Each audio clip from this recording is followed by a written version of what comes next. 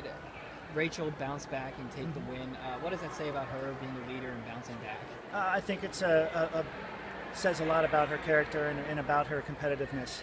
You know, I even mentioned it to our team in our team meeting after the meet today. I said, you know, being a competitor is when you have an obstacle or you have something not go the way that you want it, to be able to bounce back in a second event and perform to the best of your abilities is a sign of a true competitor. And to have her struggle in the weight throw like I know she did, and I know she wasn't pleased with that, and then come back and throw over 50 feet in the shot put was a great turnaround for her, and just again shows the true competitor that she is.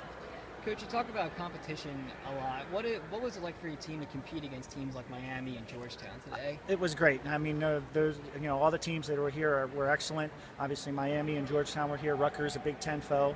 Albany, Binghamton came to town, and you know, when they come to a facility like this, they put up their A game against us. You know, they want to show that hey, they're coming to our place to prove that they're outstanding programs, and it was a lot of fun watching our kids respond and in turn put up some great performances as well. So.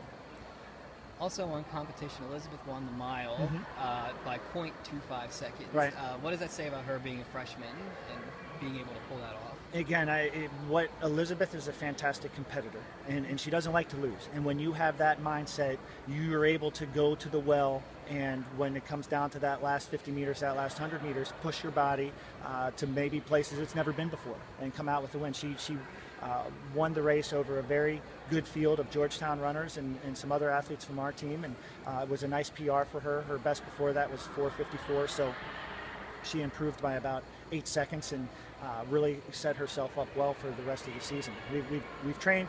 It's usually you come back from Christmas break and you have a nice that first week back, you're still feeling pretty fresh. By that second week, your legs and body start to get pretty tired because you put 2 pretty hard weeks in, and so we'll continue that training phase next week and then really start to freshen up for the series of the National Open and the Challenge Cup, and then when we get on the road to those different competitions that weekend of February 14th. So for having 2 weeks until the next meet, do you think the intensity will change a little bit in practice this week? Well, the practice the first 2 weeks has been pretty high intensity. You know, we obviously know that we want to be our best at championship time, which is at the end of February. And, you know, so right now we're in a pretty high training phase, which is, with the results we're having, very exciting because, you know, we're not tapering or trying to rest and recover for these competitions.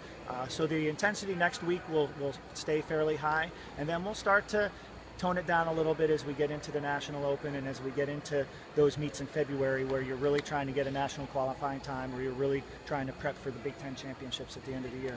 Okay. So Robbie Priest was 0.74, I think, away from the Penn State record. Did you think he'd have such a good performance today? Like, do you think he changed it a bit? I did. I mean, Robbie, his practices and how he raced last weekend, his intensity is right where it needs to be, and his fitness level is right where it needs to be. You know, the race got out hard. It kind of slowed a little bit on that second lap, and then he brought it back nicely for the remaining part of the race. If we probably hadn't slowed that second lap, he might have had a chance to run under 2:20, which again is the American he's the American collegiate record holder, and only one other person is in collegiate history ever run faster than Robbie has in that event. Rich Peters from Boston University, who's a foreign athlete, so that's why Robbie still has the American collegiate record.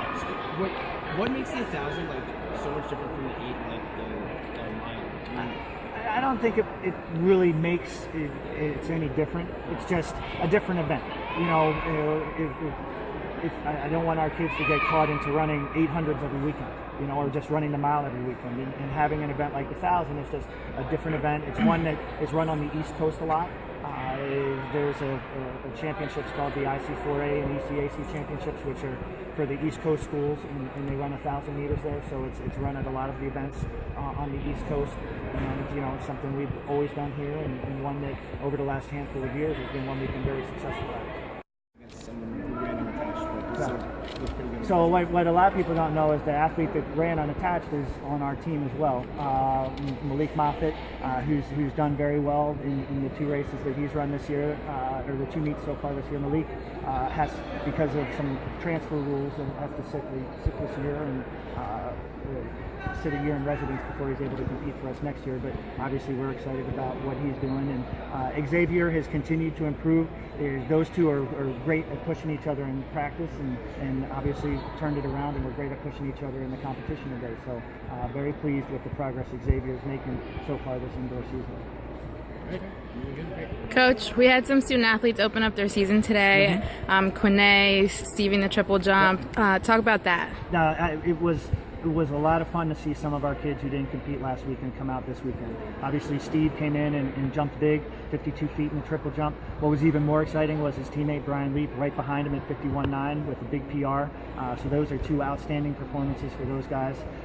And then Kia Seymour came back in the 4x4 relay. That was her first race of the year and looked fantastic, split 53 seconds, so she's right where we want her to be. And for Quinay to come out and run very close to her PR in an event that takes some time, takes some rhythm to get used to the hurdles, and racing it again, it was outstanding. So she's going to be a big contributor to this program as well as we go forward. The energy in here was crazy. It was loud. We have parents, family members. Talk about that. Well, and again, as I said after the meet last weekend, when we can get the environment in here like we get, and the crowd, the support that we get, it's a fantastic place to compete. And as you might have saw from our parents' tailgate afterwards, we had a great group of supporters here today, and a great Penn State family with people here cheering us on. And like I said, I think it's hard to find any place better than here to compete. We still have 2 weeks into the Penn State National, but it's the biggest meet. We're going to have Cowboys going, a lot of people here. What's most exciting about that? What are you looking most forward to? I'm looking forward to everything. I mean, it's really the way we run that competition, where in the afternoon on Saturday from about 3 o'clock to 6 o'clock, we just run the very best sections of each competition. It makes for a fantastic 2.5, 3 hours of track and field. And as you guys know, you come to these track meets, and we're here from 10 a.m. to 5 p.m. or 10 a.m. to 6 p.m. The National Open, the best races are in this compact time window, and it just makes for one outstanding event right after the other. So I'm looking forward to those 2 days of track and field coming up at the end of the month. Great. Thank you so much, Coach. Thank you.